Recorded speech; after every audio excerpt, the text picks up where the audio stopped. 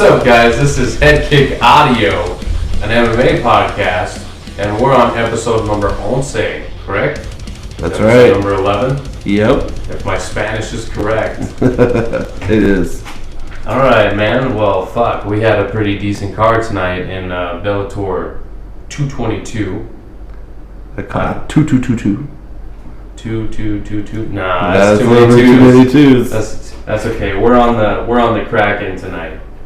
We are. You give us a second. We are on Heineken's and the beloved Kraken rum. We were actually turned on to the idea by Juan the Kraken Adams, which catch him at the end of the show as per usual. But we'll have interviews from Eryk, your boy Anders, who's UFC light heavyweight, UFC middleweight, wherever the contract's at. Mm-hmm. He's gonna sign. He don't give a fuck. As long as they're not asking like welterweight, because I'm pretty sure he probably couldn't make that. I don't think he would ever make that. Yeah, no. And, heavyweight, them boys are big. You know what I mean? Them boys are real big. So, I mean, don't put it past him. He'll sign a heavyweight contract. Mm-hmm. I believe he would. I think he would just for a fight. Yeah. But, so we got Eryk, your boy Anders, and Juan the Kraken, hence the bottle we are drinking from tonight. Juan Adams, we got interviews from those guys here at the end of the episode. But tonight was really, it was all about Bellator, man. Yeah, that was it was kind of weird having nothing but Bellator on. It was actually kind of nice and exciting to finally get to sit down and actually watch a Bellator card. Yeah, I mean, there was a CFFC, so that's Cage Fury Fighting Championships. Maybe I got like the F's mixed up. Mm-hmm. We are drinking. So, don't fucking mind my P's and Q's over here. But they had a card, and I did catch some of the highlights. But I'm just going to go ahead and go over results because, there was a lot of shit going in tonight. We were actually in Sierra Vista. We're actually not in our normal studio where we're nice and cozy with AC and, comfy. Well, at least I have a comfy chair. Yours will be in August. Right? Yeah. So I'm in my uncomfortable chair as per usual. Oh, come on now. Yeah, your fucking station looks sick though, and you get to stare at my guitars all day. It does, and there's some pretty sweet guitars. There's some pretty alright guitars. But as I was saying, CFFC 76 Centella versus Baquero. They had a vacant flyweight title up for grabs, and Sean Centella defeated Andre Baquero via unanimous decision. Jeremiah Wells also got a win over Mumia Abu De Ali. I butcher all of the names, just all of them, American or not. I just butcher them all. 22-second KO. Now, see, I wonder if that's one of the highlights that I caught.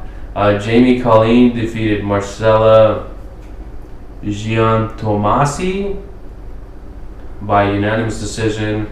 Erin Blanchfield defeated Gabriella Golfin via Americana. John Arce, I wonder if that's any relation to Julio Arce in the UFC. Yeah, makes you think, huh? A little bit. I really wish I would have been able to cover the CFFC card tonight. But, with everything that we had going on, I just don't think it was in the cards, man. Mm-hmm. Well, he defeated Dillian Cox via arm triangle choke in round 3. And from what I can see, very late in round 3. There was like 17 seconds left in the fight. Ooh. And then to round out your main card, you had Federico Flores defeat David Giuliano via strikes in round 1, 38 seconds. I think I caught the highlights of that as well. So CFFC, they put on really good cards. Again, I just wish I would have been able to watch them. But they are on UFC Fight Pass, so if you missed it, you can always watch it tomorrow. It's not like Bellator. It's not like Bellator or UFC or, well, I mean, I don't know if you can watch the fights like the next day on Fight Pass, but Fight Pass is pretty cool. So if you guys do have it, CFFC, check that shit out. Again, I do let you guys know that we are in Sierra Vista. We're in the Davis home, so we're currently like in the dining room on a table. I mean, not both of us at once, because that could be like kind of weird. But we are drinking Kraken, so who fucking knows? But there's kids sleeping, wife sleeping, and Brownie's around here somewhere, I'm sure. Oh yeah, you'll probably end up hearing her later in the show, slurping her damn water. Well, let's talk about Bellator 222. Now, we ran into some technical difficulties trying to get this damn DAZN. It's a decent network, but sometimes networks give you problems. We'll just leave it at that. So we were unable to watch a majority of these prelims. Plus, we had to get dinner, we had an interview, we had, we got to get a beer in or two, so we're not going to catch everything. So let's talk about some of the fights that we did touch on, Crazy J, and then I can just go over some of the results on the fights that we missed. Okay. So a couple of the fights we did get to see is Valerie Loreda defeating Larkin Dash via unanimous decision. This was Hooters girl versus former Hooters girl. And Loreda, oh my god, body kicks for days. I thought you were going to talk about her body. I was going to say, yeah, I'll agree. And then you said body well, she's got a body for days too. Well, I still agree.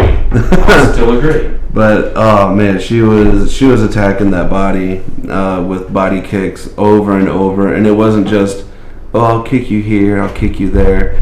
When she went to kick, she was trying to throw her leg through the body. The smack was just so loud. I think even you came in at one time and was like, what the fuck was that? And I was like, that was her kicking the other chick. Was it the smack or was it the crack in her belly? You see what I did there? I like that shameful plug. It is what it is. Expect multiple throughout the night.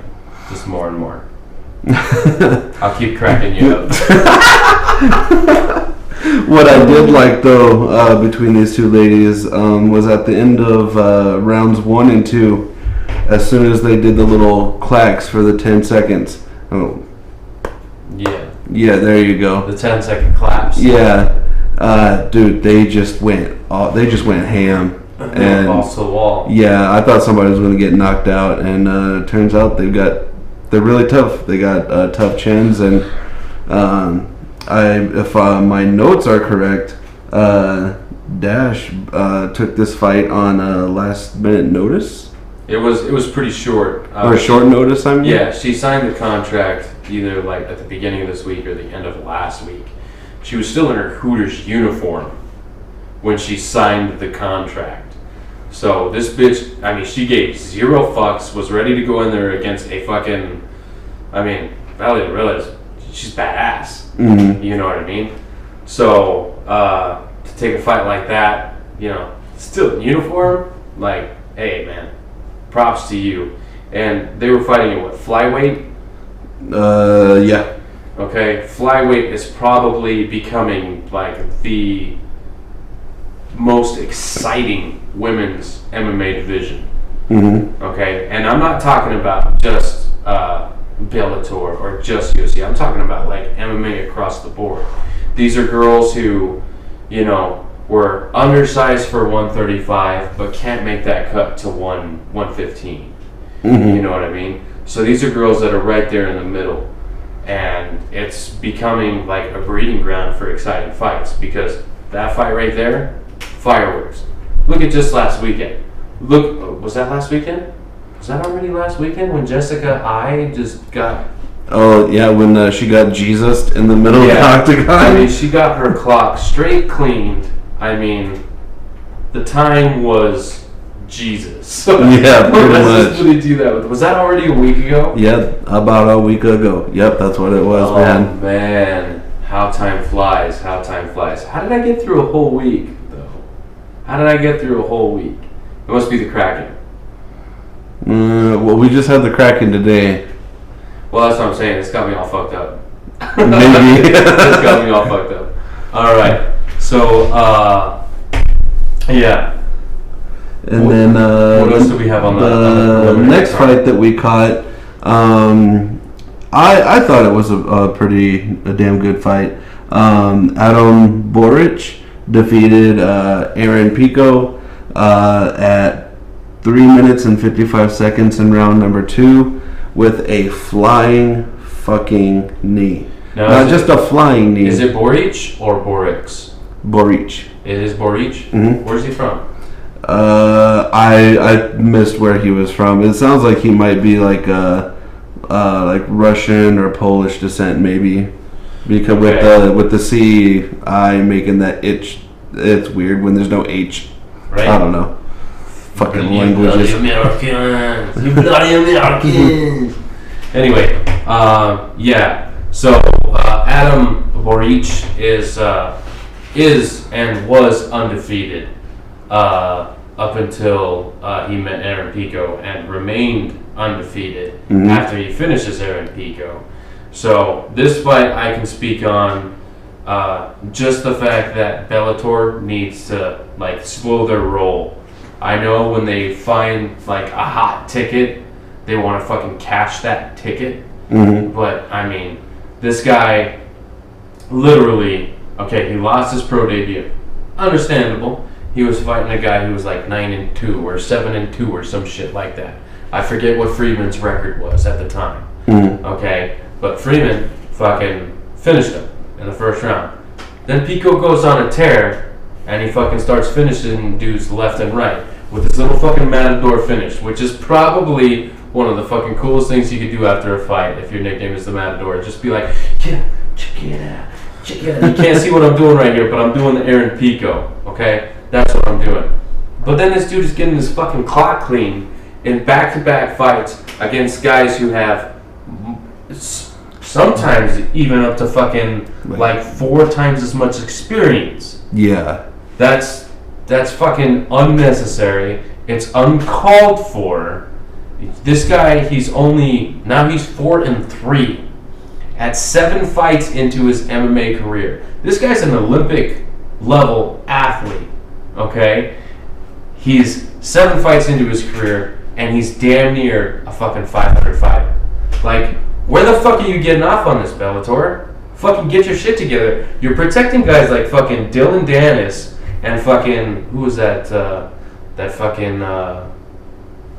That guy that fucking Ricky beat. Oh, the Patrick Mix. No. Or no, Mix beat Patrick. Yeah, Mix beat Mix beat Pat. He beat himself. He beat himself. I'm sure he does. Oh my God, no. He beat Ricky. No, I'm talking about the Conor McGregor of the Bellator. I almost said the Bellator division. This Kraken is good, man. No, what is his fucking name? The Strab Animal. Okay? I can't remember his whole fucking name, so I'm gonna call him the Strab Animal. Because I remember his fucking nickname. Why do I remember everybody's nickname? Like the Durkin? I can remember the Durkin. I don't know. But I can't remember their real fucking names. Okay? So, it goes to show you, nicknames fucking work. Yep. Okay? They fucking work. You heard it here on fucking Headkick Audio. Nicknames fucking work. So keep that shit up, you nicknamers. Just don't give it to yourself. Alright? You gotta earn that shit. You gotta earn that shit. Or somebody's gotta give it to you. Whatever that face was. Oh man. Anyway, but yeah, you're protecting guys like the Strab Animal and fucking Dylan Dennis. Well, fucking Aaron Pico has to go fight fucking like killers. He's gotta go fight monsters. Dude, that's like totally unfair. And he's like in his early 20s. I mean, he may even barely be 20. He may not even be old enough to drink. That would suck, because I would want to drink after that fight, because he was looking... Oh, trust, he drinks. He drinks. I mean, I'm sure he drinks. I hope he drinks. I'm going to take a drink. I'm going to drink. Yeah, I mean, Pico, man, he was using his wrestling. Dude, he took... And he switched camps this time. He did. I forgot the name of the camp off the top of my head. I know he went to Winklejohn. I know that. Yeah. Because you've seen those guys in his corner. You know what I mean? Mm-hmm. And I'm pretty sure he was over with Cub Swanson, TJ Dillashaw, Juan Archuleta. I think, if I'm not mistaken, he was over there. If not, he was with Gagey. And if that's the same fucking training camp, well, my fucking bad. Okay? I don't keep track of training camps. I keep track of fights. Mm-hmm. And apparently fucking nicknames. Hey, whatever works. Right? We should fucking give Ricky Bandejas a nickname. Rodeo. Yeah, I think that could work. Rodeo. Because his fights are always fucking wild. I like that. See what I did there? I gave him a nickname. I gave him a nickname, and he's gonna stick to it. Otherwise, he's gonna have to fight me. That's right. And boom didn't work as good as it does at the other place. Yeah. Everything's like it's more condensed over at the Front Roth studio. Yeah. So, okay, what else did we catch on the prelims? We started to catch I was like way off on this lady's name. I thought they said Taylor Taryn. Apparently it's Taylor Turner. And we started watching this fight before we had to get into our interview with Juan Adams today. Yeah, and the Kraken. and it turns out she destroyed Heather Hardy with TKO punches in round 1, or 3 minutes and 53 seconds in round 1. So I think a couple more seconds that we would have watched, we probably could have saw that. Yeah, we probably could have. But that just goes to show you, no matter how badass you are with your hands, and Heather Hardy, because I do believe she's a boxing champ. Mm-hmm. It don't mean shit in MMA, and I'm not saying it doesn't mean shit, but I mean it doesn't give you that guaranteed win. Exactly. Just like an Olympic level athlete in Aaron Pico, that just because you've been at that pinnacle of wrestling doesn't mean it's going to translate that well into fucking strobe lights. What's going on?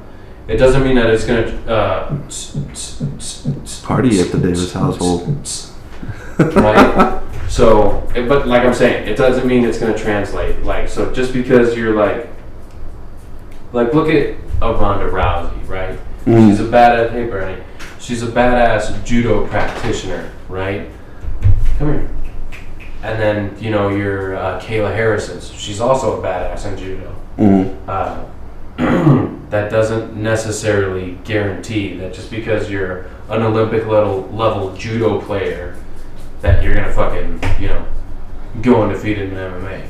Yeah, because if I'm not mistaken, didn't Ronda get her bell rung? A couple times. Yeah. Couple times. Yeah. So I mean, I think what fighters do sometimes is they stick to what they're comfortable with, whether it's wrestling or striking. Well, in Ronda's case, it's the exact opposite. She thought she could throw hands with Holly Holm, and Holly Holm said, "Do you know what my feet smell like?" You do now, bitch. She does. Yeah.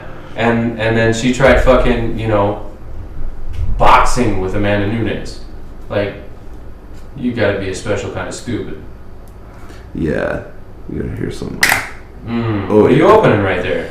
My watermelon strawberry from Body Armor. Oh yeah. We're getting all kinds of drink going on up in here. Yeah, we're drinking Kraken, Heineken's. Shout out to Gorgeous George, and some Body Armor. So I think we got to do 3 shout outs here. Body Armor for sure. The Kraken, Mm-hmm. And yes, we're talking about you, Juan Adams.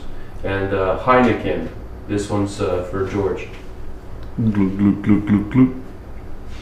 You couldn't hear me drink it, but Jonathan did a really good job with his sound effects. So let's, I'll just go ahead and read off the rest of your preliminary card so we can move on to the main card, because that's what I'm pretty excited about, because we caught all of that. But Brandon Polcare defeated Brandon Medina in a battle of Brandons. Castriot Zima defeated Whitney Francois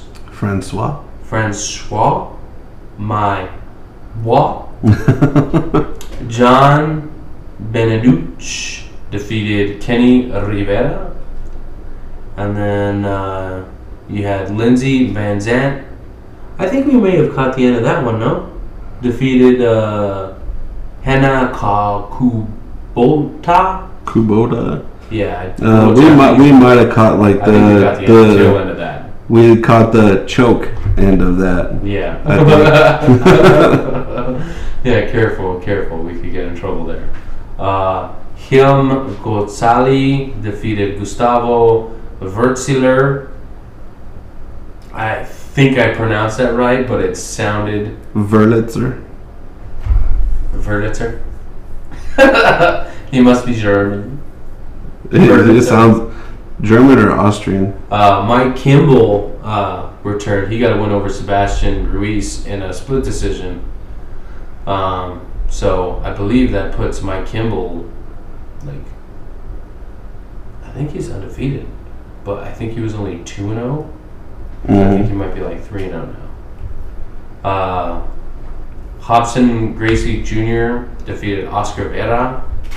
Marcus Surin defeated Nekrus Merkojav.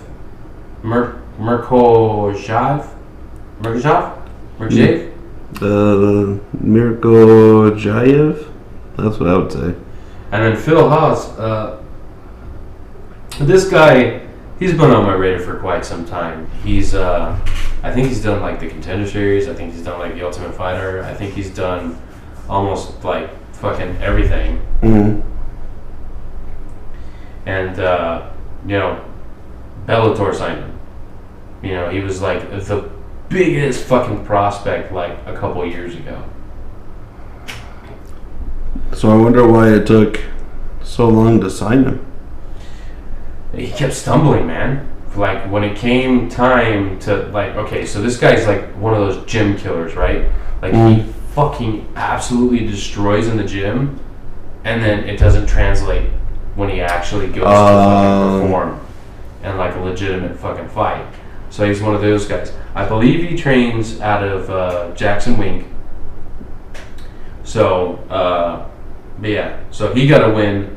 It was a doctor stoppage, and unfortunately we missed it, so I don't know how it went. But there was a lot of history on this main card, so let's go ahead and switch gears and move on to the main card, because there's a lot of history being made here. Oh, yeah. Okay, Gracie was in a semifinal tournament, which Gracie's and tournaments, they go as far back as, MMA itself. Mm-hmm. You know what I mean? You had a champ from another organization coming into Bellator, having already defeated their current champ, but that was for his belt. So he was coming in and challenging Darian Caldwell, and we're talking about the Gooch, Kyoji Horiguchi. Mm-hmm. We're talking about him coming over to Bellator and challenging Caldwell for his belt. So this isn't for the Ryzen belt, because that's where the Gooch is from. Okay?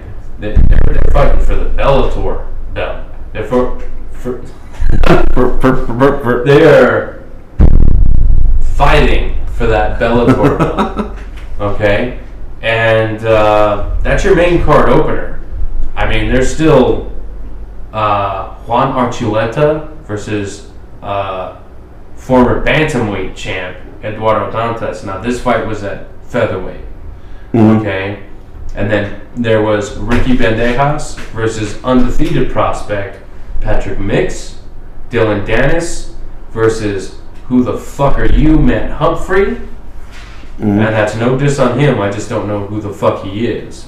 Yeah. I think he's probably a literal hand-picked opponent to make Dylan Dennis look good. Probably one of my favorite fights on the card, Lyoto Machida versus Chael Sonnen. And then in the main event, you had the semi-final of the Bellator Welterweight Grand Prix. Say that 5 times fast and not fuck it up. I'm not even going to try because I'll fuck it up the first time I I only speak did it one time and I fucked it up. So. This was a pretty fucking, like, a pretty good Bellator card. Like, I'm not going to lie, like, if you nerd out about MMA, like we do, like, this was a fucking good card. Yeah, it was. Alright, so let's fucking start with the opener. We had the Gooch taking on Darrion Caldwell. How did this fight play out? It started to play out in Darrion's favor. Looks like he wanted to take the fight to the ground, but once he fucking got there, he didn't do anything. I mean, yeah, there was a couple of flashes of, like, an elbow here or, like, a punch to the face here, but the majority of the time he was just wrapped his hands around, locked his hands, and was like, I'm just gonna keep him here. But while that was going on, the Gooch fucking the punches probably didn't even really mean anything, but the fact that he was just laying in those punches, that was giving him the rounds. Yeah, I don't really think, so I think Ilima-Lei Macfarlane kind of hit the nail on the head. Where when wrestlers get into, like, a dominant position, they don't understand that just because you are in a dominant position doesn't mean you are winning. Exactly. You know what I mean? He got the dominant position, yes. But what did he do with it? He hugged the fuck out of the Gooch. Now, have you ever hugged a Gooch? Because I have not. Okay? And I'm not saying that it would be pleasant or unpleasant. All I'm saying is I've never done it. Okay? But Caldwell hugged the Gooch. I need to stop hitting this table. Things are getting out of hand. But he hugged the Gooch so hard, it cost him the fight. He was just so convinced, and his corner, Dominic Cruz, I believe, I may butcher this, but Rafael Corgi, I'm not even going to say it. So, his corner, they're screaming at him, and he's right there. He's right there. Right in front of him. In his fucking corner, looking at them in this fucking takedown position, where he's just hugging the fuck out of the Gooch. And they're telling him, elevate the legs, improve your position, do this, do that. And he doesn't fucking do anything. And what is the Gooch doing? Well, he's kind of just kicking back, throwing punches, throwing a couple elbows. And what's Caldwell doing? Nothing. He just hugged him tighter. He's all, thanks, man. You can't see me hugging the air, but that's what he was doing. Well, see, then that's what I'm saying. I think Caldwell missed a great opportunity to fucking really take control of the fight, because he was in a dominant position, dare I say, for most of this fight. For most of this fight, he was in that type of position, and he just didn't do a fucking goddamn thing about it. Yeah, and I think Gooch, I think he realized the situation, and I think he just did it. I think he did enough a little bit with his transitions and getting a body kick when he was before he got hugged. When they were standing, he was winning. Yeah, I mean, there's no two fucking ways about it. Yeah, and he's like 5'5". Nobody has ever made me feel taller than the Gooch. Okay, nobody has ever made me feel taller. Okay, and Caldwell is a big ass 5'10" that makes 135. He started to gas, pretty much at the end of round 2. You know what I mean? Yeah. Props to him. He went all fucking 5 rounds, which is probably more than I can say right now. But in a high level championship bout like that, where it's champ versus champ, you can't afford your cardio to fucking quit on you. And not only that, like, wouldn't you have the focus of this dude's not leaving with my belt? Like, because he's gonna go back. He's gonna go back to Japan or wherever he was from. I missed where they said he was from. I believe the Gooch is Japanese. And so I believe he's being hailed as the greatest Japanese mixed martial artist. Well, I mean, I wish he could have done a little bit more to, I guess, portray that part of him. But I mean, he did enough to get the win, and I think going into Bellator, okay, the Gooch is Japanese, right? And he goes into Bellator, which is an American company. He goes into Bellator in New York, which is, it's not Caldwell's like neck of the woods. Excuse me, but he's a goddamn American. Excuse me. So I don't think, no matter where this fight takes place, he's not favored here. Yeah. Okay? And the Gooch's English ain't too great. Okay? He probably knows a couple sentences, but that's why there was a translator out there. Because his English ain't what it should be had he fucking stayed in an American promotion. Okay? But he goes over to Ryzen. His only loss in his last, I don't even know how many fights, was Demetrius Johnson. Probably the second. That's right. The second greatest mixed martial arts of all time. Because in my book, DJ, he's the second best. There's only one guy above him. Don't you dare say it. It's motherfucking John Jones. Oh. It's motherfucking John Jones. If you don't like it, fight me. There's a door right there. We could step outside. I could pause this podcast and we could fight about it. I'm too fucking relaxed. You want to catch these hands? I'm too relaxed from the Kraken. I don't want to feel nothing. Anyway, so the Gooch, his only loss in his last bajillion fights, his only loss is to fucking Demetrius Johnson. Okay, that was in a UFC title fight. Yeah, DJ kind of made a little bit of history off that dude and got the latest stoppage, in a UFC fight ever at 4:59 at round 5 with a fucking armbar. But I mean, that was his last loss to the second baddest dude on planet Earth. Okay. I just don't understand how Caldwell let this slip out of his hands. I don't get it. Yeah. It doesn't make any sense to me. Because it sucks that, it makes less sense Gooch didn't really beat him. Drinking beer and drinking, where the fuck is Kraken from? You finish your thought. I mean, how can you sit there? I mean, I've never been in the wrestler's position or anything, but just the fact that, you get in this position and you lose it because you think that you're winning, but you're not doing anything about it. And your corner's screaming at you. Yeah, you can't, I don't know if it was maybe the bright lights, or maybe, because that's the only thing I could think of, because, I mean, shit, I'd be kind of nervous as fuck, performing at Madison Square Garden. I mean, that's one of the most fucking prestigious, sporting / entertainment event, places ever to perform at. So, I mean,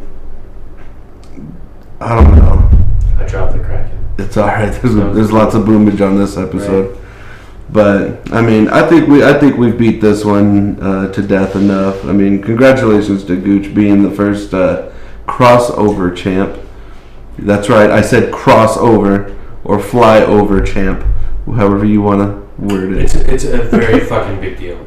Because Ryzen may not be the biggest fucking promotion on planet Earth, but it's still one of the major organizations.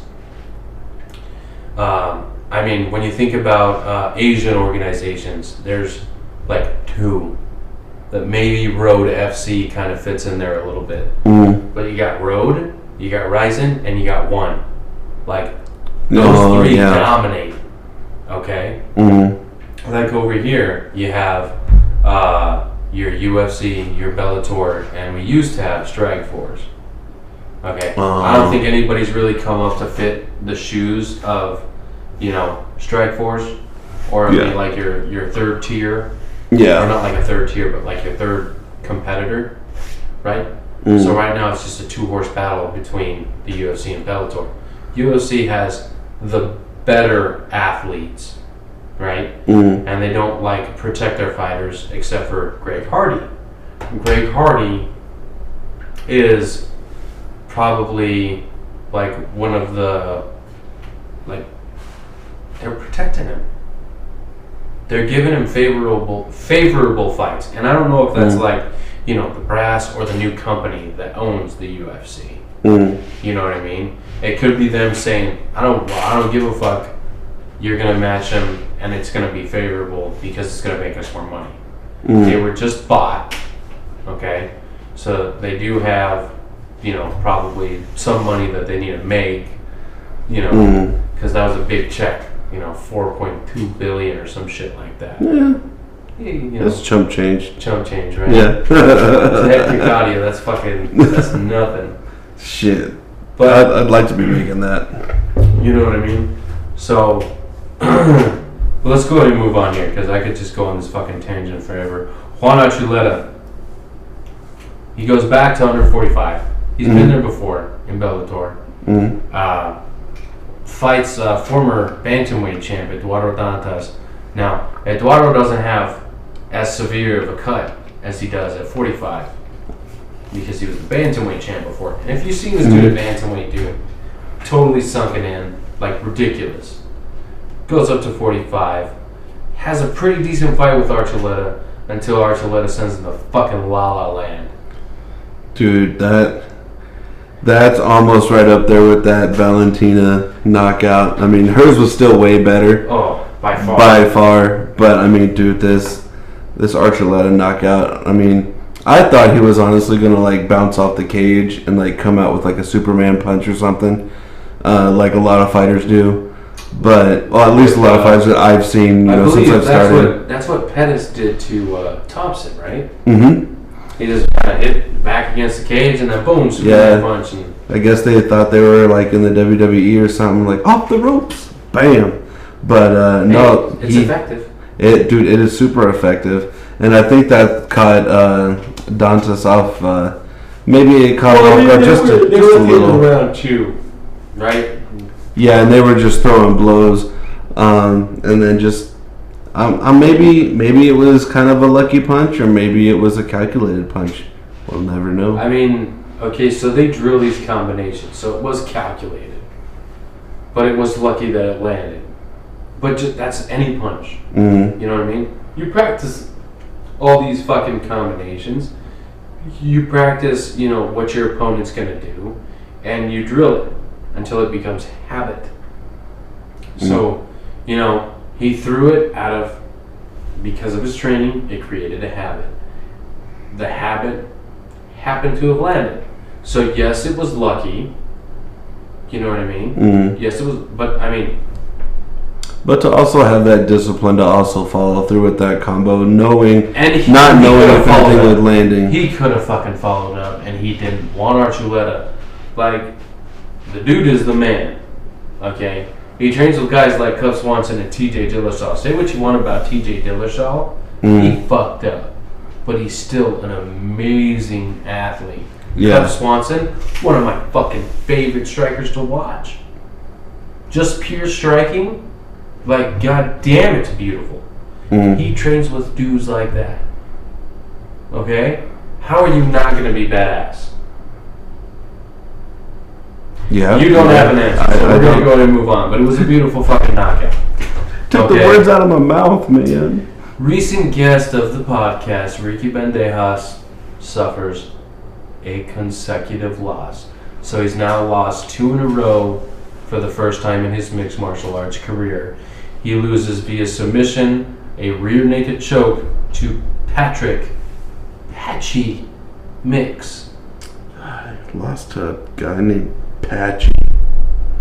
Yeah, but he also, I don't think that was a slick setup. Yeah, I don't think Ricky was expecting that. I thought he was expecting to maybe trade some blows and then maybe go down and try to like wrestle and grapple and stuff. But dude, kudos to Patrick. I mean, he got in there like a sneaky sneakerson and he got on also the back called out and the Strab Animal, which Ricky Bandejas beat in his Bellator debut.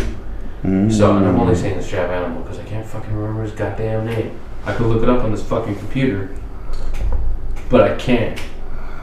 let's see, what was his name? It's the Strab Animal. That's his Instagram and Twitter handle. Strab Animal? I believe so. Animal. I believe so. James Gallagher? Yeah, Gallagher. There you go. Yeah, so Patchy called out James Gallagher after beating Ricky Bandejas. So they're talking about fucking submissions, going at it. Submission. I'd watch it. Yeah. I mean, 2 high-level grapplers, I'd watch that any fucking day. Okay? So, Patrick Mix defeats Ricky Bandejas. Dylan Dennis, I mean, I don't want to go too much into this fight because of, it is what it is. Yeah. And it was also a catch weight, if I'm not mistaken, at 175. Yeah, tell me he couldn't make 170. Yeah, and Bellator's just going to ride his dick all the way to fucking La La Land. Well, no, not La La Land. But, I mean, they're just going to ride his shit. Because the dude he's got a decent mouthpiece. You know, kind of like a Chael Sonnen. Except for the motherfucker called out John Jones and Roy McDonald. Okay? Roy McDonald, he fought in the goddamn main event against a Gracie, and he didn't get submitted. Okay? John Jones is the baddest motherfucker on planet Earth and Mars and the goddamn solar system. Do I need to include the motherfucking Milky Way? Easy windmill. Take it easy on the John Jones, okay? He's good. But take it easy. Yeah, okay, but who's better? You ain't got a fucking answer. Okay. Lesnar! I'm just kidding. That's just because that was just the name I just kind of thought of. Oh, man. There's going to be so much boom in this fucking episode of me hitting the table with my goddamn head. Because there's no fucking way you just said Lesnar. That better have been a fucking joke. Oh, dude, complete joke. If just not, like I'm he going to is need some more everywhere. Kraken and probably a fucking smoke break. Anyway, you got Dylan Dennis defeating, what was it, Max Humphrey? Max Humphrey, the submission, round number 1. It was an arm bar. I'm not going to lie, I was actually pretty impressed with Dylan Dennis. He was trying to get the TKO is what it looked like to me. He just settled for the submission. But dude, fucking calling out guys like Rory and John Jones, like, fucking slow your roll, bro. Like, yeah, that was pretty impressive. But you should have won that fight. Yeah. You should have won that fight. Yeah, I think it's kind of easy for someone to call out some of these bigger names when they don't mean shit. Oh, did I say that out loud? Whoops. Sorry, Dylan. Sorry, Dylan. Well, not only that, but, just to sit there and be like, look, I beat this Max Humphrey guy. Who the fuck is Max Humphrey? Like, not to shit on the guy, but it's like, who the fuck is this guy? In comparison to, like, a John Jones or a Roy McDonald. Exactly. If you're trying to make that comparison, like, I totally understand where you're coming from. Yeah. I'm still trying to figure out who the fuck Max Humphrey is. Like, I've never heard of him until this matchup. Yeah, I've never heard, I've been off and on, in the MMA stuff. I've never heard of a Max I'm a Humphrey. motherfucking diehard. I am like Braveheart. I am fucking, I got face paint and fucking, like, just the works, bro. I've never heard of Max Humphrey. Yeah, I mean, maybe I don't even remember what the guy's record was, but I think if he works on his ground game just a lot more, or like even at least submission defense or something. Well, he was, with at least his rear naked choke defense, like, it wasn't that bad. Yeah. Because that's not how he lost. He lost via armbar. And Well, when no, you're fighting a guy who's as skilled as Dylan on the floor, okay, we're already spending too much time on this. Let's move on to your co-main event. This was Lyoto Machida versus Chael Sonnen, which they dubbed as the first main event. We had two main events tonight, is what they were calling it, right? Yep, it was a double main event tonight. Double main event. But your co-main event, in my opinion, was Lyoto Machida defeats Chael Sonnen via TKO. Round number 2, Chael Sonnen took 2 big-ass fucking flying knees. And in my opinion, the stoppage itself, I mean, yeah, these guys are a little bit older. They're in their 40s. So they're probably taking the fighter's safety into consideration. But a lot of the fucking strikes that Lyoto was landing there at the end, they weren't fucking doing shit. So I don't understand, at least from a fan's perspective, you know what I mean? From a fighter's perspective, they're fucking, 40's old for a fighter. No two ways about it. 40's old for a fighter. Okay? So you can't be taking unanswered strikes, in a plethora. You know what I mean? You can't take a whole bunch of them. But a lot of those strikes weren't doing nothing. And the ref decided to step in anyway. You know what I mean? And I'm sure all refs have no problem with the stoppage. Even me, I didn't have a problem with the stoppage. Chael Sonnen himself didn't have a problem with the stoppage. You know what I mean? Yeah. It is what it is. You know what I mean? It's just kind of one of those things where, you know what? They're fucking old. Yeah, well, I mean, it's not like, he was, just taken down and then, 3 good solid punches landed and, okay, you're done. No, it was like, there was a flying knee. Yeah, there was there's like 2 flying knees. Okay, let's see what he does with this. Okay, he's taking a couple of punches. Okay, he rolled over. Now he's taking hammer fist. Now he's taking more hammer fist. Oh, okay, you're done. Yeah. I think it's like an accumulative thing. Yeah. They're not just taking what's recently transpired. They're taking the whole fight. Okay, this dude has suffered 2 fucking traumatic ass flying knees from Lyoto Machida. Okay, that's bad. And the fact that he survived both of those, that says something about the character, the toughness, and the grit of Chael Sonnen. Okay, this motherfucker is gonna be missed because he fucking retired after this fight. After losing to Lyoto Machida, he retires. God damn it. I'm not even gonna bleep out those goddamns. No. I'm not. You wanna know why? Because I fucking love Chael Sonnen. He's not the baddest dude on the planet. He doesn't ever fucking really claim to be. He just has a fucking self-belief that I'm gonna fucking beat the motherfucker's ass that is standing across from me on this night. That's the frame of mind every fighter should be in. He's just more vocal about it, and that's how he fucking makes more money than all these motherfuckers. And I will give a round of applause for his career and contribution to the sport. The motherfucker was a contribution. Okay, he beat Anderson Silva's ass for 5 rounds, and then whoop, got submitted. The whole time I was watching that fight, I was texting my wife. Okay, she was just my girlfriend at the time. I'm like, how the fuck does he lose his fight? How? He's whooping this dude. And then it happened. Okay? Same sort of thing happened with the Paulo Filho shit. Okay? He yelled the first time. The dude missed the weight the second time. Yeah. The dude has been dodged, ditched, and fucking just left behind in all of his title aspirations. At 42, he decides to call it a career. You know what? Chael, I love you on the mic. I love you as a fighter. I love you as a dude. I love you as an analyst as I chop my fucking laptop. I just love this dude. And I'm really sad to see him retire. But 42 years old, you gotta let the man go. I gotta be ready as a fan for all these goddamn retirements. All of them. Gustafsson, fucking Manoa, King Mo, fucking Nick Hine, Chael Sonnen. Dude, my heart. It hurts so much. your heart hurts because you can't take it no more. I can't. And fucking the Duquesne guy, or Duquesne, or however the fuck you say his goddamn name. Like, a lot of fighters are just fucking retiring.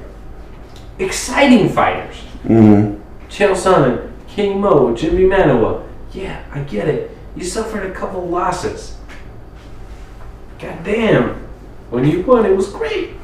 Yeah. I just want to see that again. God damn it. Like, what the fuck?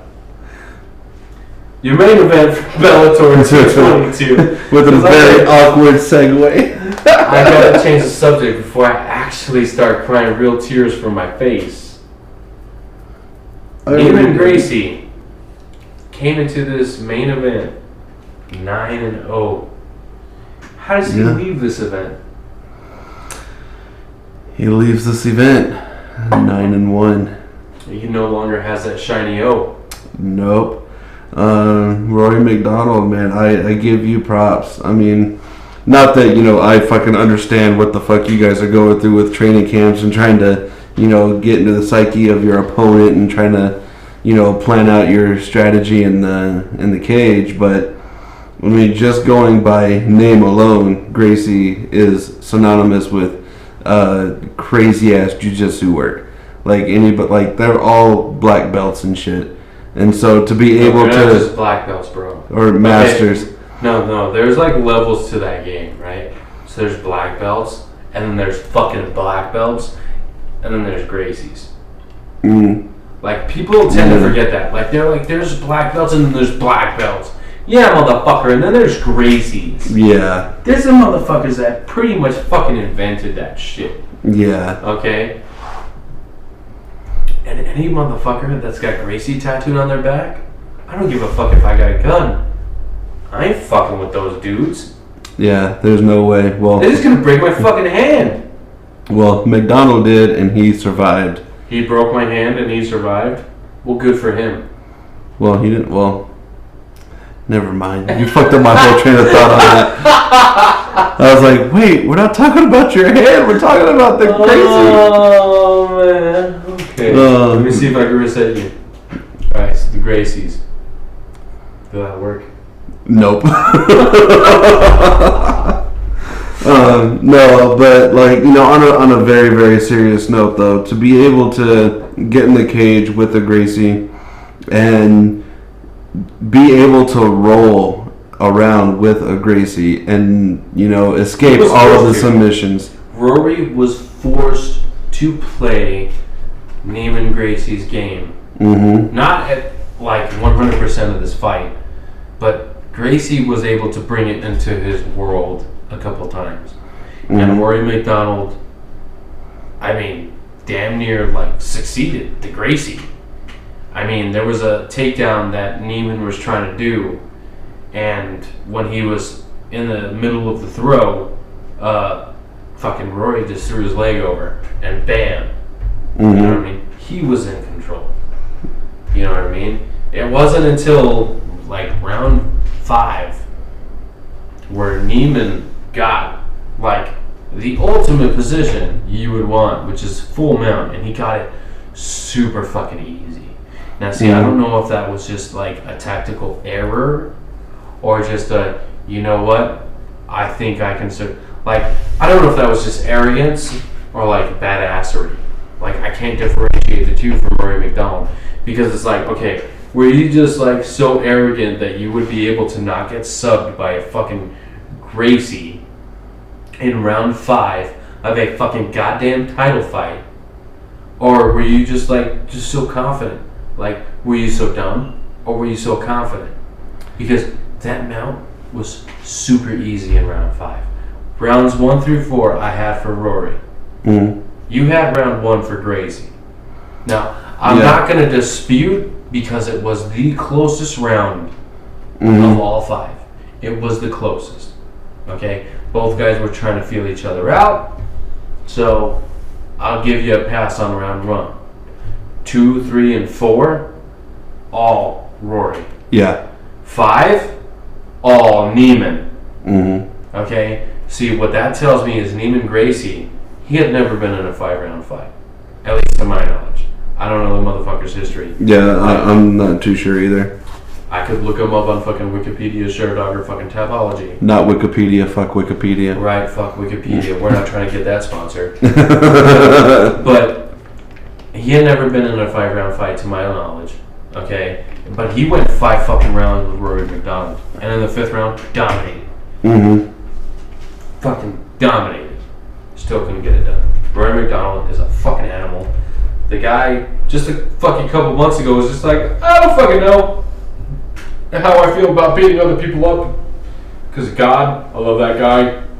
And now he's just like, I love God, but I'm gonna fight this dude for $1 million. I'm thinking maybe he went home after like the quarterfinal, and his wife was like, motherfucker, if you don't fight for that $1 million and win, you ain't getting none of this. If you can't see, I'm pointing to my imaginary vagina. Okay? I can just imagine that happen because Rory, he came in, he looked laser focused. Mm-hmm. Okay? He looked a lot more focused than his last fight. Mm-hmm. He was throwing spinning shit. He was throwing fucking elbows, bro. Elbows. Like elbows.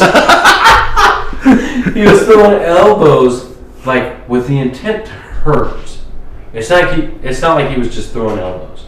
He was like throwing Mike Perry elbows. Yeah. Mike Perry is a nasty motherfucker. Like, you're gonna need stitches after this fight. Yes. Elbows. Yes, and he was throwing those. He won. It wasn't even like a split decision. It wasn't a draw. It was a straight up unanimous decision. 2 judges gave Neiman a 10-8 round in round 5. That still wasn't enough. Did I fucking boom it? Yeah. That still wasn't enough to win the fight. Gracie had gas at the end. Learn from this, bro. Your gas tank is fucking excellent. Yeah. Fucking excellent. Use that to your advantage. You won 5 hard rounds with Chant, and in the 5th round, you absolutely dominated. Like, push it, bro. Push it. Yeah, the sky's the limit, man. Yeah, Gracie got no fucking, like, that motherfucker shouldn't be sad at all, except for he's losing $1 million. And, no, you should be crying in the shower right now. Just a little bit, though. I mean, not because he came up short against Rory McDonald, because he lost $1 million. Yeah. Can you imagine what I would do with $1 million? Bro, there's a lot of shit I want to do. Do you know how skinny and handsome we would be? We would be skinny and we would be handsome. We would both look like Tom Cruise. Like, all 3 of us would look like Tom Cruise. And I say all 3 of us because Tom Cruise also looks like Tom Cruise. And so, like, all 3 of us would be twins. And then, like, when Bieber calls us out, we'll just do, like, the fucking triple team. And then he won't know which one is the real one. And then we'll just kill him. I'm done with that. Yeah. See? I like your thinking. I'm pointing at you. Nobody can fucking see, but... It's happening. It's really happening. I'm just waiting for Fred Durst to get his shit together and fucking sign that contract. Get out of that hot dog flavored water. Put that chocolate starfish on the side and come fight my boy over here. I'm telling you, it'd be great for charity. It'd be bad for Fred Durst because he just gets his ass kicked. But it'd be great for charity. Because it's not the only way I do it, but like, if we could raise some money for like some homeless people or for like some sick kids or something, like, I'm down. But Fred Durst, that motherfucker can't fight. And he's ugly. I'd be like the better fighter and the more handsomer dude. I think so. You just called me handsomer. Are you ready to deal with those consequences? Nope. We're going to do back-to-back interviews here with Eryk, your boy, Anders, who fights at UFC, what is it, on ESPN? 3? If that's the right deal. I don't know, we've had quite a bit of Kraken. Yeah, it's on ESPN 3 or ESPN I think number it's ESPN 4. 3. I think it's ESPN 3. Yeah. Vinicius Moreira. Or Moreira. That fucking guy. Yeah. Okay? And then after that, we got an interview with Juan the Kraken Adams. And he fights at UFC. Is it San Antonio? Yeah, UFC San Antonio. I believe it's either a fight night or it's on ESPN Plus or something like that. Yeah. Well, he's fighting Greg Hardy, who he despises. Oh yeah. He doesn't like Greg Hardy at all, and he hopes to show him how much he doesn't like him. And we couldn't be more ecstatic. So while you guys listen to those interviews, we're going to be drinking some more Kraken. So you guys have a good night. And Headkick Audio. Hey, what's going on, man? How you doing? Chilling, how are you? I'm good, man. You ready to get started? Yeah, for sure. Alright, cool, man. We're here with Juan Adams, UFC heavyweight. Welcome to the show, man. Thanks for having me. Alright, so we're having some technical difficulties over here, and I do want to thank you for putting up with all the bullshit that has been this trying to get us connected. Oh, no worries, man. No worries. Alright, cool, man. So, my first question for you is you're coming off of the first loss of your career, okay, which was a hard-fought decision loss. What have you learned? What have you learned from taking that L? I just learned that I can't leave fights in the hands of the judges. Really, that's all I really learned from that. It took away some things that I need to work on. I kind of neglected training my wrestling because I thought it was good enough already. And the way I saw it is like I had a big gap to make up for with my striking. So that's all I've really been focusing on. And, I kind of gotten away from the things that made me really good and got me to the UFC. So you just kind of go back to basics and, not to abandon what was working for you. Yeah, that's signs of an intelligent fighter. Right. Right on, man. So, like I said, you're in the UFC's heavyweight division, which, towards the top echelon of the division, it's pretty shallow. How many fights do you think you have to win to start making some noise and get towards that belt? It's funny when people ask me that. I know I could reasonably make, start calling for a title shot after 6 or 7 straight wins, but the way I see it is that there's so much time for me. I've got nothing but time. You look at the top guys in the division, and when people really start to peak in the heavyweight division, most of the best guys are in their mid to late 30s. I'm only 27 years old, so yeah, I could probably make a case for getting a run at it with 7 or 8 wins, but ultimately I want to put myself in the best position possible to win the title when I do get that shot. So for me, I don't see it as something happening anytime soon, so to speak. I see myself being top 10, top 5 within anywhere 19 months to 2-year range, and from there I would reevaluate. That's I don't know. I think the heavyweight division, I think you probably put in 4 solid performances and you're right up there. Yeah, for sure. That's definitely true. And matchups do make fights. So if it would depend on who the champ is at the time. I don't see myself competing with a Daniel Cormier for being at that skill level anytime soon. Yeah, I got you. So when you do eventually get the crack at the belt, who do you hope is across the cage from you? Hopefully someone that's not a wrestler. Ideally, I like to be the better wrestler between myself and my opponent, and that wasn't the case last time. So that, and someone like, there's no one in particular that I would want to have the title at the time. So I just know who I don't want it to be. And well, go ahead. Tell us who you don't want it to be.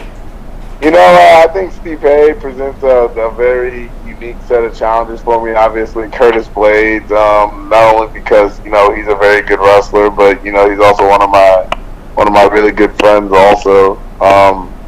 So ideally, if Justin Willis was still signed, that's the easiest fight out there. So that's who I'd want. Okay. I think that that matchup in itself actually doesn't sound too bad. I think you guys are both two big gentlemen that have a tendency to throw bombs. So we all know that Justin Willis's wrestling ain't where it should be. So I could see that fight being a lot of fun, actually. Yeah, for sure. But no offense to Justin Willis, but I don't see him having the title anytime soon. Yeah, I know. I'll just have to get really good in the meantime. Okay, well, there's nothing but time on your side because, like you said, you're only 27. Did I hear you correctly? Yeah, I'm 27. That's young for a heavyweight, my man. That's very young. Like you said, the heavyweights usually hit their primes in their mid to late 30s. So, and they stick around until their 40s. So you got nothing but time. Exactly. So, I want to, enjoy it. I want to be here for a long time. Obviously, I don't want to make it. I don't want to just be here for one contract. I want multiple contracts. I want a long career. And I want a lot of fights. So, you don't get to do that by just say. I know I'm the type of guy. I want to fight every 3 months, but. My manager and the UFC have kind of forced me to slow down a little bit. Okay, so as we've both stated, you're only 27. You're 5-1, so you're extremely young in your mixed martial arts career. What was your first style of fighting? Wrestling. I wrestled collegiately at the Division I level. And I started wrestling when I was in high school, and from there, now I train a lot of Thai boxing and jiu-jitsu. Obviously, I try and be pretty well-rounded. I'm training a lot more for this fight than I have for previous ones. So, just taking it day by day. Well, we follow you on Instagram, okay, and you've been looking fucking cut for a heavyweight, bro. Like, what's going on? Are we just had enough with being just the big boy? Like, you look mean and lean. Well, what happened is for most of my career, I've kind of fought the traditional aspects of strength and conditioning. My strength and conditioning coach is also a nutritionist, and I've been kind of doing the things that I can get away with, right? So I would eat Little Debbie's, I would do the Taco Bell, the fast food, the street, and all of that stuff because I had never missed weight. I didn't see it as affecting my performance a whole lot, and I could get away with it. Well, now, after that last fight, it was really an eye-opener for me, and, I need to take a more disciplined approach to everything. So my whole life, I kind of switched around everything, and really am treating this more like a lifestyle now. So I'm not eating as much junk food. I'm not partying anymore. Normally I take 2 to 3 weeks off after a fight, and I just party. I eat whatever I want. I go do whatever I want, but that loss, really hurt me a lot. So after that, I took a week off, You know, if I saw something I really wanted to eat, I had it. I enjoyed the off time for a little bit, but then I was right back. I was right back in the gym. You know, I was running. I started. Normally, I would do a walk 3 to 5 miles a day, every day. Now I switched that to a run 3 times a week, or 4 times a week actually. And you know that I've added a couple extra hours of each discipline each week throughout my schedule. And you know the nutrition, I got right back on the horse with the nutrition. You know, and I've normally I get up to about 295 to 305 after a fight. This fight, the heaviest I got was 287 afterwards, and I was right back in the gym. So I've been maintaining, walking around at 282 right now, 13 pounds lighter than normal. Well, that's good, man. Like I said, it seems like the loss really opened your eyes to a lot of mistakes that you were making, and kind of showed you that if you want to be at this level, you kind of got to take it seriously. Right. Okay. Now, look. All seriousness aside, you're a tremendous athlete. Okay. Heavyweight in the UFC, in particular, is nothing but fucking killers.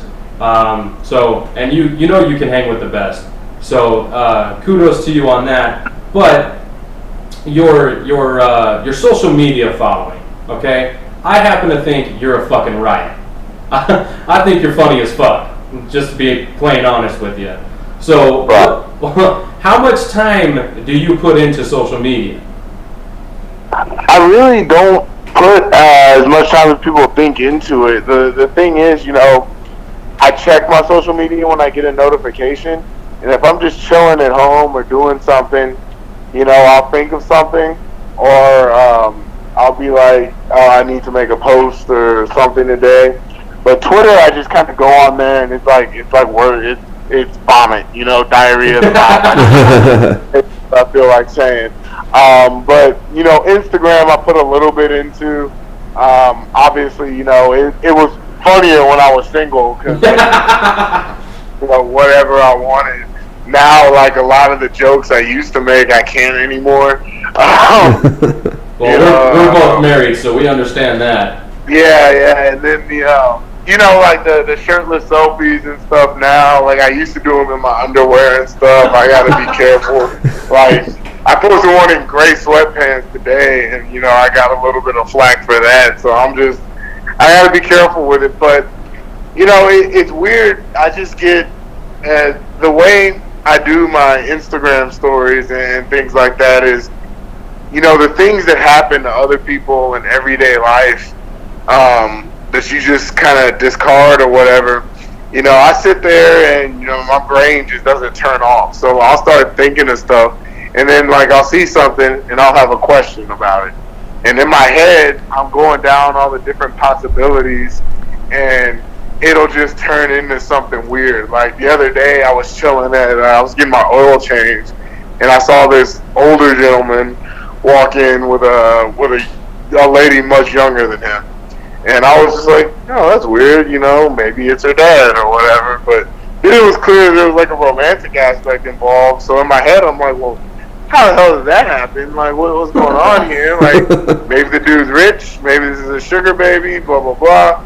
But then I heard like she was driving a Ford Focus, and I'm like, well, that doesn't make sense. If he's the sugar daddy, like, why is she settle for a Ford Focus, you know? And so I just went down that line of thought, and you know, obviously I add things here or there, but I wasn't planning on any of that. That's just something that happened to me in a day, and my mind went down one possibility, and people found it hilarious. So that's where it is. And then there's other stuff that like I got good reviews on. Like one day at my old job, I used to go take like hour-long poops just because I hated my job. So I would just sit on the toilet and, you know, just do like daily musings from the toilet, and then I would rate the poop afterwards, and people found that hilarious. So like, I just kind of run with things and see how they go.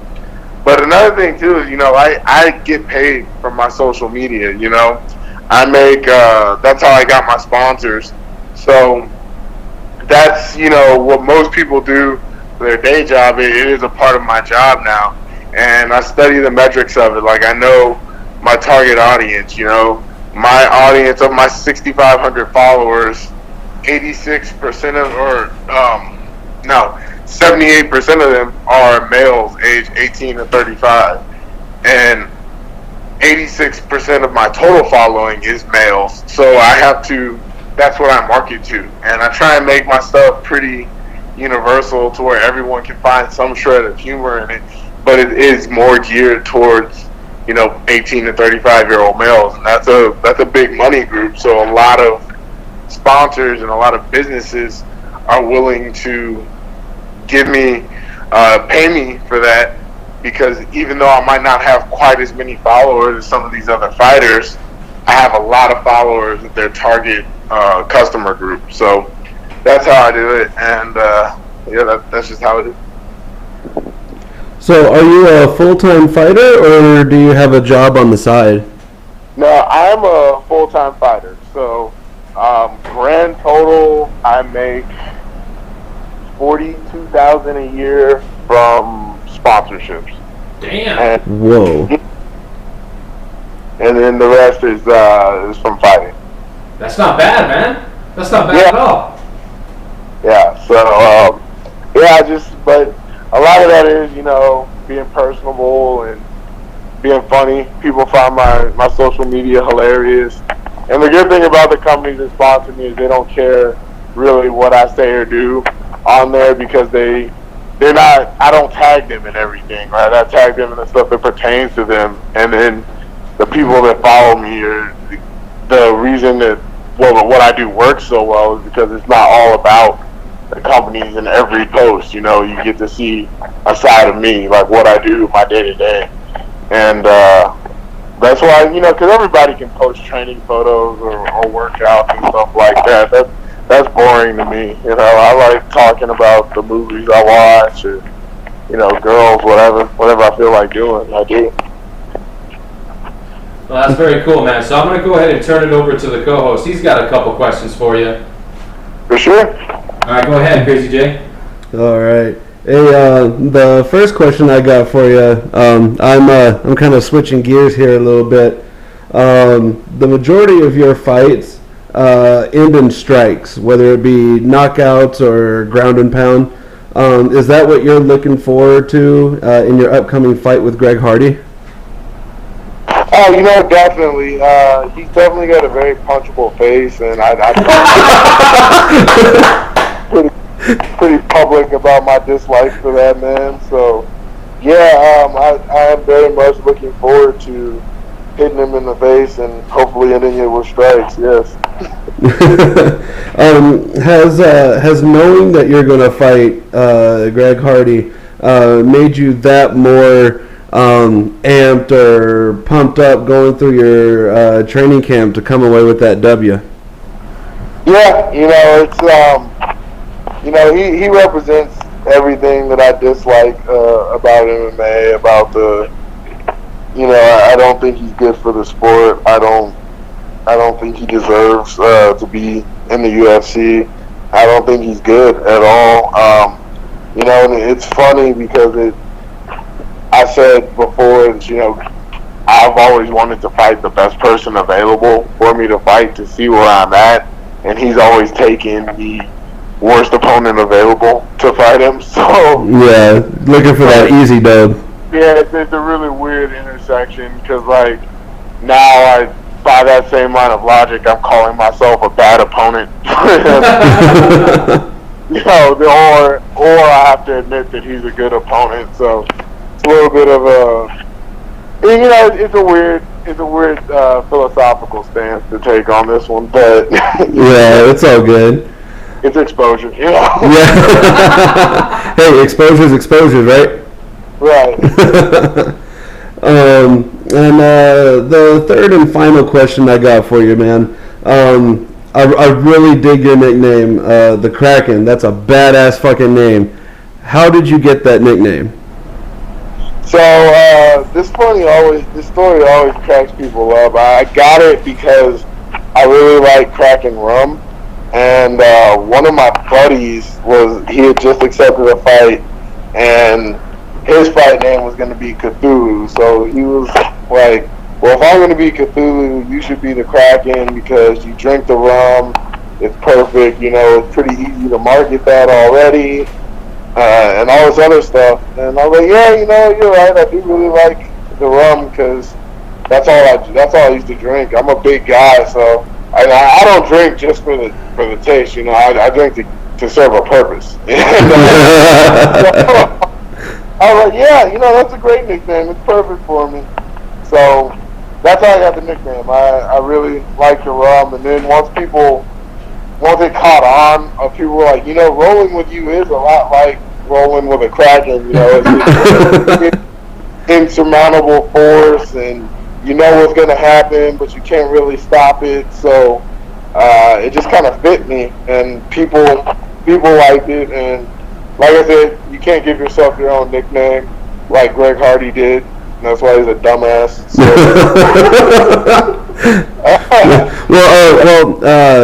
How much did you like to drink of this particular rum? So, in college, right after my senior season was done, my college roommate and I at the time would go through 2 handles of rum a week, one of Blackheart and one of Kraken. So about a handle of college is how much Kraken I drank. Damn, boy. Hey, man, I don't give a fuck. You deserve it, whether you fucking drinking or not, man. You are that. I can't even talk straight because it's just such a fucking badass name, dude. Alright, so are you sponsored by this rum? No, I just like it that much. A lot of people always ask me that, with the little Debbie snacks and everything.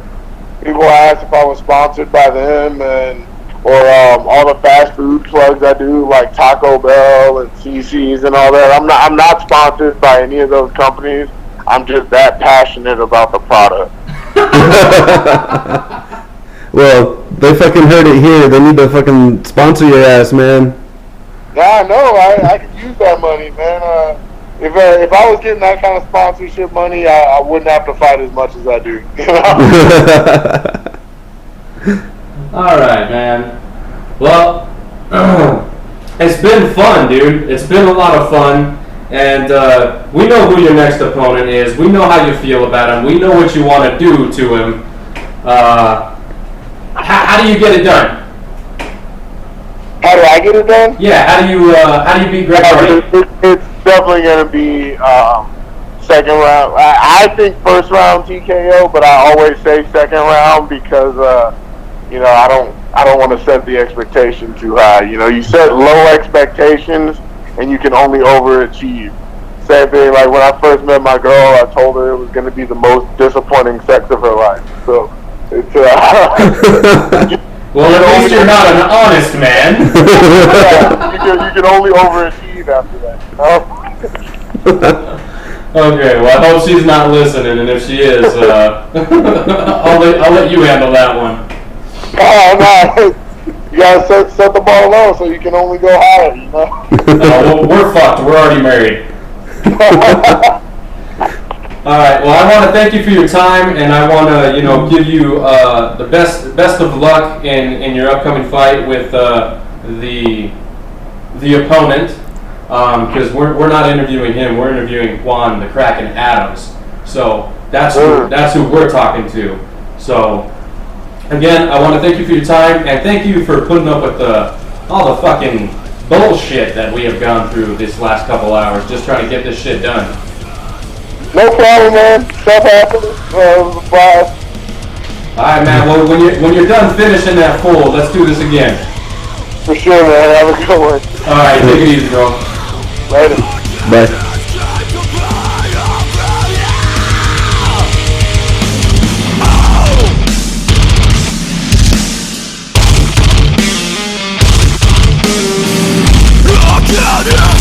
To blind over you.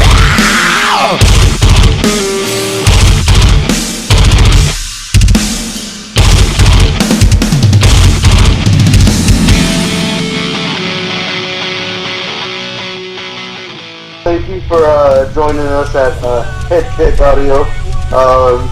We are going to be talking with Eryk, your boy, Anders. Thank you for taking time out of your day to talk with us, man. Hey, appreciate you guys having me. Hey, we're glad to have you here. My first question I got for you is I've noticed a lot of your fights end up in KOs or TKOs. Do you plan on those types of finishes, or do they just kind of happen? The thing I noticed is when I wasn't looking for the knockout, they showed up and came and just appeared. When I started looking for them, that's when I started going to decisions or losing. So, now I try not to think about them and just let them manifest as they come. Oh, nice. Well, they seem to manifest a lot, and I like that. Me too. My second question I got for you is how does your fight prep change when your opponent gets replaced? I noticed this happened to you before. I guess if my notes are correct, you're supposed to fight. I'm going to butcher these names so bad. You're supposed to fight Roman Dolidze, and I guess he got replaced by Vinicius, right? How does that? It's backwards. Vinicius was supposed to fight Roman. Roman got hurt, and they called me to fight Vinicius. Damn. Okay. So, I like fighting. So, anytime they call, I answer the phone, and they know I'm that guy. So they know who to call. Nice. Now, do you would you rather have that really good fight camp where you're actually training for your opponent, or does it not really matter at all? And I think at this level, at this stage of the game, you kind of do have to put some prep work into your opponent. I live in the gym. I train all the time. I'm forever trying to sharpen my skills and get better. So, when it comes to the short notice thing, I'm down to get in there and scrap with anybody. So, it is what it is. Nice. I like that. I like a guy that, just ready to fucking go in there and bang it out and get that W. My third and final question I got for you is, what do you like to do in your spare time when you're not training? Oh, man, I just hang out with the kids and, play board games or, watch TV, go for a walk or a run in the park or whatever. Just hang out with the family. I really don't get a whole lot of time to do that, because I travel a lot, I train, a bunch of different places, and, I train a lot, so I'm usually at the gym or at the house. Oh, nice. Do you find it kind of difficult to try to balance everything, or is it just kind of come natural to you? Nah, not really. Fighting is definitely a selfish sport in terms of, I have to be gone a lot. And, my kids are a little bit older. They're 9 and 10, 9 and 8. And, they're the age they understand, if I'm not around as much as they would like. It's because I'm training and, my window to do this is only, so big. I can't, it's not something I can do forever. I think it's something that they'll appreciate, especially the older they get.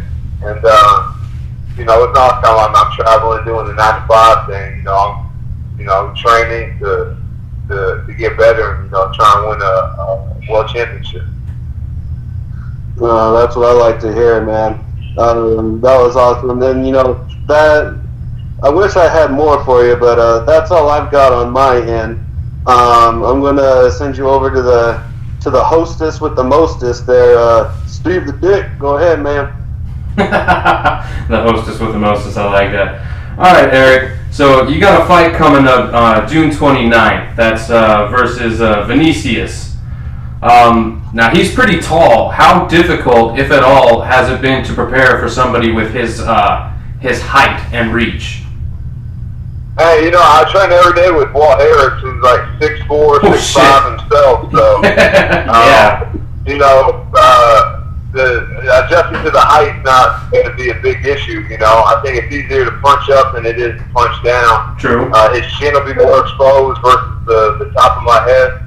And I'm 6'2" myself, so man, we're only talking about 2 inches. So, you know, I'm sure that might mean a lot to a lady, but you know, in terms of fighting, you know, 2 inches isn't a whole lot. All right, right on. Yeah, I'm very short in stature, so even 6'2" is just monstrous to me. Okay, you're 11-4. Okay, but you came into the UFC undefeated. Now, right now, you're currently riding a 3-fight losing streak, all to big names in the sport. But which loss of the 4 that you have stings the most? Man, you know, probably that Theodoro, man. You know, I'll never forget myself to listen to a guy with the barbed wire tattoos. So, you know, that only stings a little bit. Oh man, that's good. At least you got a sense of humor about it. Now, for sure. No, it is what it is. When you were undefeated, was there, you know, a pressure on your shoulders trying to, you know, maintain that shiny O, or did it matter?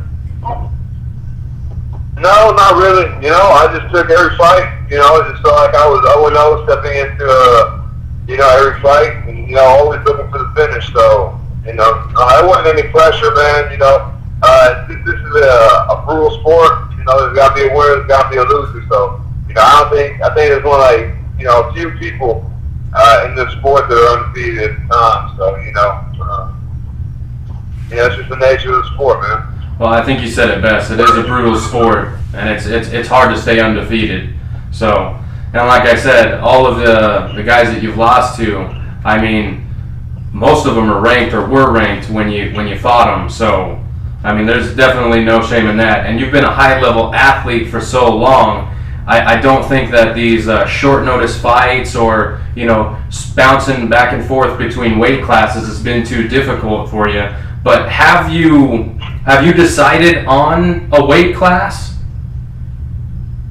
Man, you know, I just signed the contract at whatever weight and whatever name is on there. I prefer middleweight just because I feel like I'm more locked in at middleweight because, you know, like cutting weight, you know, it's always on my mind. Like what I can eat, when I can eat, you know, the training and whatnot. So I just feel like more mentally prepared fighting at middleweight. That's very interesting. Usually it's the other way around. People prefer not to have to cut the weight. Well, man, you know, it just requires a little bit of discipline, you know. And, you know, my wife, you know, she cooks everything. You know, she's like my nutritionist and dietitian. So as long as I eat what she tells me to eat, when she tells me to eat it, you know, the weight comes off really easy. Okay, so making middleweight isn't a struggle. What's that? I said making middleweight isn't a struggle? Man, just the last 2 or 3 pounds are a pain in the ass, but, you know, other than that, you know, it is, you know, it's not too difficult. Okay, well, you've never missed weight, so I didn't think it would be. Nah, I've never missed weight. Well, that's good, you know what I mean? Alright, so you're fighting on big ESPN. Now, to a lot of athletes, especially coming from your background with football, how big of a deal is that to you personally to be fighting on the biggest sports network in the world? Man, you know, it's awesome just to see that that's the direction the sport is heading in. You know, it used to be that all the fights were pay-per-views. Then they got put on Fox. Then they got put on, now it's on ESPN. So, you know, it just shows that the growth of the sport. I love the direction it's heading. You know, guys are starting to get paid more. So, you know, it's man, it's cool, man. I've been competing on ESPN, whether it be football or MMA now for, you know, going on 15 years. So, you know, I'm super stoked about it. Hell yeah. Now, how much longer do you plan on competing? You know, my body will tell me. You know, I'm 32 and, you know, this is the best I've ever felt. You know, my body anyway. So, you know, I still feel like I have a lot of use left. And, you know, my body will let me know when it's done. And do you have a, oh shit, you alright? So what? Oh, I just heard like a loud noise. Is everything okay over there? Yeah, everything's straight. All right, cool. Now, is there a game plan for when you do eventually retire? Man, I don't have any, dates or deadlines or anything like that. Right now, we're just trying to acquire as much money as possible, move up the ranks, as far as we can get, eventually put on that belt, and see what happens from there. Okay, so you're very much a go with the flow kind of guy. Yeah, for sure. Like I said, my body will let me know when it's time to hang it up. Well, dude, you're really fucking exciting. You get guys out of there pretty viciously. I caught you coming up on the LFA circuit, and you were just as exciting back then as you are in the UFC. I mean, your highlight knockout on Tim Williams was fucking impressive. Now, I do have a question about that because he was almost in a position where that kick may or may not have been illegal.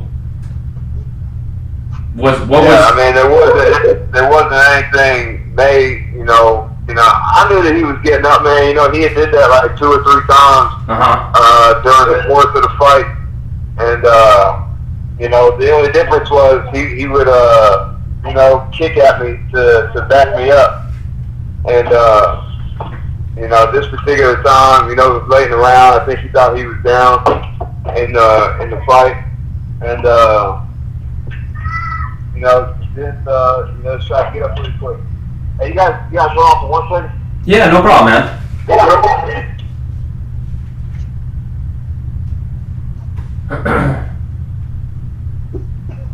Please stand by.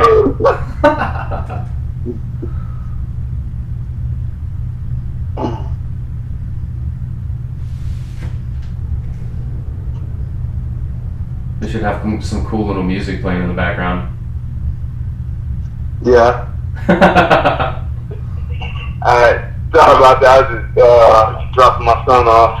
Hey man, we're both dads. We understand. You ain't got to apologize for that.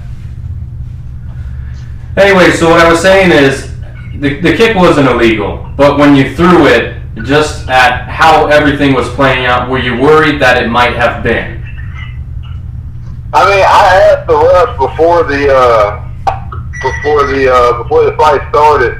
I asked him, what's illegal, what's a downed opponent, because it seems like every state, every commission has a little bit different rules on it. And he said, if they're on all fours, they're on both feet. If both hands are on the ground, but it's just the fingertips, he's up. But even if his hand was still on the ground, he was in the middle of getting up, so it's still a legal kick. Yeah, it was beautiful. I mean, no 2 ways about it. That was fucking excellent. So kudos to you on that. Now you got a fight coming up in a couple weeks, and I really don't want to take up too much more of your time because literally we could probably go on for probably double what we got right now. So I'm going to give you as much time as you want to thank your sponsors, training partners, coaches, etc. The floor is yours. Take as long as you need. Hey guys, just appreciate everybody at Spartan Fitness to help me get ready for the fight. Big shout out to Infinite DVD and Red Gear for keeping things flowing, keeping the recovery on point, and keeping supplied with the best gear in the game. All right, man. Well, again, we really do appreciate the time. Like I said, I don't think even on the skid that you're on, I don't think you have to worry about your job. You're fucking ridiculously entertaining even in your losses, and you take fights against whoever. Weight classes don't matter, so you're kind of like a nice little a fighter to have in your corner as for the UFC. So I can see you sticking around pretty much no matter what happens. I think you're probably in Justin Gaethje territory. So thank you. So yeah, I mean, you and Justin Gaethje, probably 2 of the most exciting fighters in MMA period, not just the UFC. So you just keep doing what you're doing, and you'll keep making fans by the thousands, I'm sure. But thank you for the time. I'd love to do this again. Hopefully catch you coming off a win. after June 29th. So if you'll you know, give us knuckleheads another go, we'd love to have you. Yeah, absolutely, brother. Anytime, man. You got my number. Just hit me up. All right, you got it. That's Eryk Anders, UFC lightweight, light heavyweight, and middleweight. Thanks for your time. Enjoy the rest of your camp, and we'll see you on the 29th. Appreciate it, brother. All right, man. Take it easy.